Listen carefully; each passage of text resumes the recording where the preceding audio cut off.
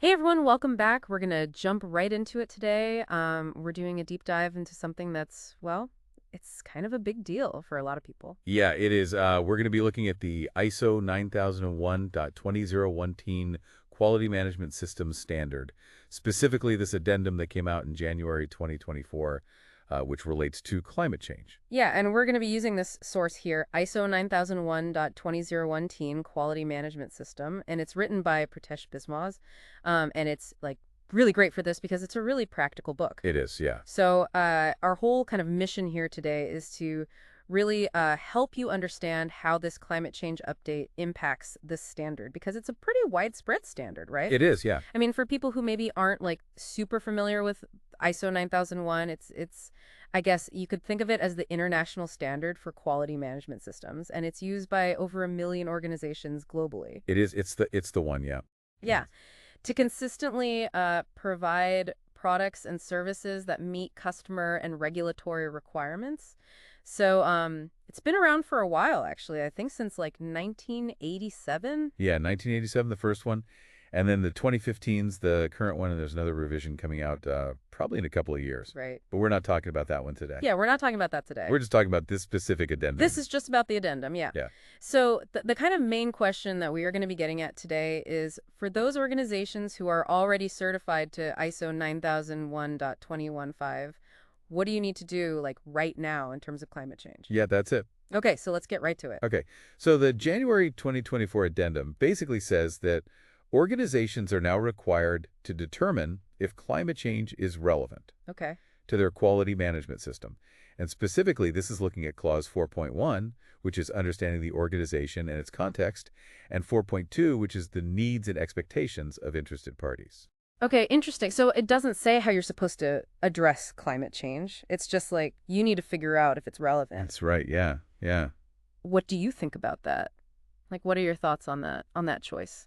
I think it's actually pretty good because it kind of makes organizations think a little bit, and it doesn't prescribe a specific approach. So there's a million different ways to skin a cat, and this just means that it's up to the organization to kind of figure out what makes sense because Right. they all operate in different industries and different geographical locations and everything. So Right. yeah, And then also the IAF, that's the International Accreditation Forum, yeah, they said this is effective immediately. yet no lead-in period. So there's no lead-in period. So it's right now, Yeah. and certification bodies can start raising findings Okay. immediately. So like the practical implication there is that you're going to have to show your third-party auditor that you've done this consideration. That's right, yeah. Okay. You have to demonstrate that you've considered it. Yeah. Now, you don't specifically have to have it documented anywhere, but it's probably a good idea, I would say, to document that you had that discussion. Yeah. And that could be in a management review or maybe a dedicated management review. Right. Just to discuss that point. Yeah, so if you're listening to this, you might want to like write that down, add that to your management review agenda. Exactly. Okay, and then what happens if you decide that climate change is relevant? Well, then you need to show how your quality management system addresses it. Okay. And not only that, but also if your interested parties have requirements related to climate change.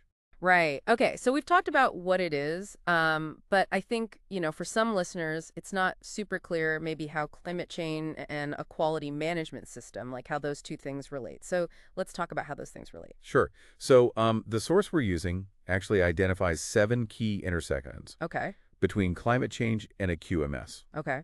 So the first one is resource management. Okay. So climate change could affect things like water availability, energy, raw materials, and a QMS can help you to become more efficient with your resources, which also helps you to kind of ride out the effects of climate change, potentially. Right, because if you're already using less water, if there is a drought, then it's not going to affect you as much. Right, exactly. And it could also, if energy prices are fluctuating, if you're using less energy, you're less susceptible to that as well. Right. So there's all sorts of benefits to being more resource efficient. Right, right. Okay, what's number 2?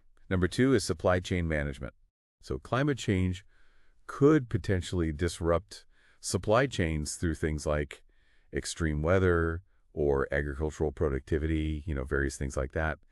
And a QMS, with its focus on risk management, can help to manage that risk, and it can also help to ensure continuity of supply. Right. Yeah, that makes sense. Okay. And number three. So number three is product life cycle assessment. Okay. And this means that you need to consider the environmental impacts of your products or services right from the, created to grave, from the beginning to like the creation all the way to disposal. And climate change can be integrated into these assessments. So, you can look at things like carbon footprint, energy consumption, emissions, waste, all that kind of stuff. Okay. Yeah. So it's kind of like a holistic way of looking at it. It is, yeah. Okay. What's number four? So number four is regulatory compliance. Okay. Obviously, there are tons of regulations coming down the pipe related to climate change, things like emissions limits and energy efficiency, all that kind of stuff. Mm-hmm. And a QMS, with its focus on meeting requirements, can help organizations to keep on top of that and to make sure that they're complying. Right. And that's really important because there could be penalties for noncompliance, or you could even lose permits or whatever. Absolutely. Yeah, it's a big deal. Yeah. Okay. What's number five? So number five is customer expectations. Okay. And customers are increasingly expecting organizations to be, good corporate citizens and to take care of the environment. And so that kind of filters down into their expectations of the products and services that they buy. Right. And increasingly, they want sustainable products. Right. So a QMS can help with that. Because it can help you like measure customer satisfaction and that sort of thing. Exactly. Yeah. You can get feedback from your customers. You can incorporate environmental criteria into your product specs. Right. And things like that. Okay. And number six. So number six is risk management. And we touched on this with the supply chain earlier. Mm-hmm. But climate change introduces a whole bunch of risks, like physical risks, Mm-hmm. from extreme weather or regulatory changes or even reputational damage if you're seen to not be doing enough. Right. And, even financial risks. Yeah. And so a QMS can help to identify, evaluate, and manage all those risks. Okay. And number seven. Number seven is continuous improvement. Okay. So, adapting to climate change is not a one-and-done activity. Right. It's an ongoing process, and so you need to be continuously improving your environmental performance. And a QMS, with its focus on setting objectives and monitoring performance, can help with that. Right. So it's like the plan, do, check, act cycle. That's right. Okay. So it's pretty clear that climate change isn't like a completely separate thing from a quality management system. No. So how do you actually like determine if climate change is relevant to your organization? Like how do you actually do that? Well, okay, so if we're looking at Clause 4.1, and, understanding the organization and its context, we have to look at external issues and internal issues. Okay. So starting with the external issues, the first thing we need to look at is market trends and the regulatory landscape. Okay. So how is climate change affecting the markets that you operate in? Are your competitors making a big deal about sustainability? Right. Are your customers demanding greener products? Yeah, it's kind of like what direction is the market going? That's right, yeah. And what about regulations? Are there new regulations coming out that you need to comply with? Right. Like emission targets and energy efficiency standards? Yeah. Okay, what's the second external issue? So the second external issue is supply chain vulnerability. Okay. So you need to think about, like, how vulnerable is your supply chain? If you have raw materials coming from a certain part of the world and there's going to be like droughts there in the future, are you going to be able to get those materials? Right. And what about transportation? What if there's like floods or something that disrupt your transportation routes? Right. And then you need to think about the resilience of your suppliers. Okay, so it's not just about like your organization, but also about everybody in your supply chain. That's right, yeah. Okay, what's the third external issue? So the third one is stakeholder expectations. Okay. And this means everybody who has an interest in your business. So your customers, your suppliers, your investors, regulators, even the local community. Like, what are their expectations in terms of climate change? Right. Are they putting pressure on you to do more? Yeah. Okay, that makes sense. Yeah. So those are the external issues. What about internal issues? Okay. So internal issues, the first one would be operational impacts. Okay. So how could climate change affect your day-to-day operations? What if your facility is located in a floodplain? Mm-hmm. What if there's going to be more extreme weather events? Are you prepared for that? Right. And what about water scarcity? If you're in an area where there's going to be less water available, are your operations going to be affected by that? Yeah. So it's really about thinking about all the potential ways that climate change could impact your operations. Right. Yeah. Okay. What's the second internal issue? Okay, so the second internal issue is resource management. Okay. And this is really about looking at your energy consumption, your waste generation, and your water usage. And, thinking about ways to be more efficient, to reduce your environmental impact, maybe even to reduce your costs. Right. So there's a lot of, potential wins there. Yeah. Okay. What about the third internal issue? So the third internal issue is risk management. Okay. And this is really about looking at your existing risk assessment processes and saying, okay, are we really identifying and managing the risks from climate change? Right. Are we thinking about, the short term, the long term? What are the potential impacts? And what are we going to do to mitigate those risks? Yeah. So it's kind of like you're adding in another layer of risk. You are, yeah. Okay. So now, how do you actually integrate all of this with your QMS? Okay, so the first thing is to think about alignment with your quality objectives. Okay. So does addressing climate change actually align with your goals, your overall goals? Does it align with your commitment to customer satisfaction? Is it something that you can kind of incorporate into the things that you're already doing? Right. And then the second thing is to, think about how you're going to document this. Okay. And again, the standard doesn't require you to document it, but it's probably a good idea. Yeah. So, document the assessment that you've done. Okay. And then, maybe set some objectives, some targets, some KPIs, and monitor those, and make sure that you're actually doing what you said you were going to do. Right. So you're tracking your progress. Exactly. Okay. So we've talked about 4.1, understanding the organization.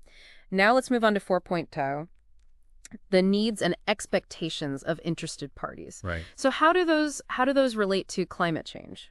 So this is really about thinking about what your stakeholders expect from you Okay. and what kind of requirements they might have. Okay. So let's look at some examples. Okay. So first of all, customers. We talked about customers earlier, but they're increasingly expecting sustainable products Right. and environmentally responsible practices. So they might want products with a lower carbon footprint, Mm-hmm. or, they might be expecting you to use less resources or to have more eco-friendly packaging. Right. So it's all about kind of understanding what your customers want. Okay. What's next? So next is regulators and government agencies. Okay. And they obviously have requirements related to climate change, things like emission limits Mm-hmm. and energy efficiency. Right. And the use of renewable energy, Right. waste management, Mm-hmm. environmental reporting, all sorts of things. Okay. What's the next one? Okay, the next one is investors and shareholders. Okay. And they're increasingly taking climate change into account when they're making investment decisions. Mm-hmm. They want to know what your climate-related risks are Right. and how you're managing those risks Yeah. and what you're doing to be more sustainable. Right. Because they know that climate change is a big risk to businesses. Yeah. And so they want to make sure that the companies they're investing in are managing those risks. Right. They want to invest in companies that are going to be around for a while. Exactly, yeah. Okay. What's next? So the next one is suppliers and business partners. Okay. And, they might have climate-related requirements as well. Right. They might be affected by climate change in ways that could impact their ability to supply you with what you need. Right. So you need to say about, how resilient are your suppliers? Right. And what are you doing to work with them Yeah. to manage those risks? Yeah. So it's kind of like you're all in this together. You are, yeah. Okay. Who else? So the next stakeholder group is employees and labor organizations. Okay. And they might be concerned about things like, the impact of climate change on their workplace, Mm-hmm. like health and safety. Right. Is it going to be too hot to work? Yeah. Are there going to be, other hazards? Right. And also they might be concerned about the long-term sustainability of the organization. Yeah. Are they going to have a job in 5 years? Right. 10 years? Yeah. If the company goes out of business because of climate change, then they're out of a job. Exactly. So, okay, who's the last one? So the last one is local communities and NGOs. Okay. And they might expect you to be a responsible corporate citizen, Yeah. Mm-hmm. to engage in local sustainability initiatives, Right. to address any environmental concerns that they might have. Okay, so we've covered a lot in this deep dive. Yeah, we have. What's the key takeaway here for our listener? So I think the key takeaway is that um, because of this addendum that came out in January of 2024, organizations that are certified to ISO 9001.2015 have to formally consider and determine the relevance of climate change Right. to their QMS. And they need to do that by looking at their context, both internal and external, Mm-hmm. and understanding what their stakeholders expect of them. Okay. And just to emphasize this doesn't mean that you necessarily have to start doing a whole bunch of new climate change initiatives right now. No, It just means that you have to think about it and document that you've thought about it. exactly, yeah. Okay. So, but having said that, being proactive about this can really pay off. Right. It can make you more resource efficient. It can make your supply chain more resilient. It can help you to meet customer expectations, and it can, improve your risk management. Right. It can make you a better business overall. Exactly. Okay, so here's a final thought for you to think about. How can understanding the relevance of climate change help you to be more innovative and more sustainable in the long term? Yeah, that's a great question. So that's something to think about. If you want to learn more, we encourage you to read the full ISO 9001.2015 standard Yeah. and, check out the resources that are available from ISO and from Pritesh Biswas. Yeah, Pritesh Biswas is great. Yeah. All right, well, thank you for joining us on this deep dive. We'll catch you next time.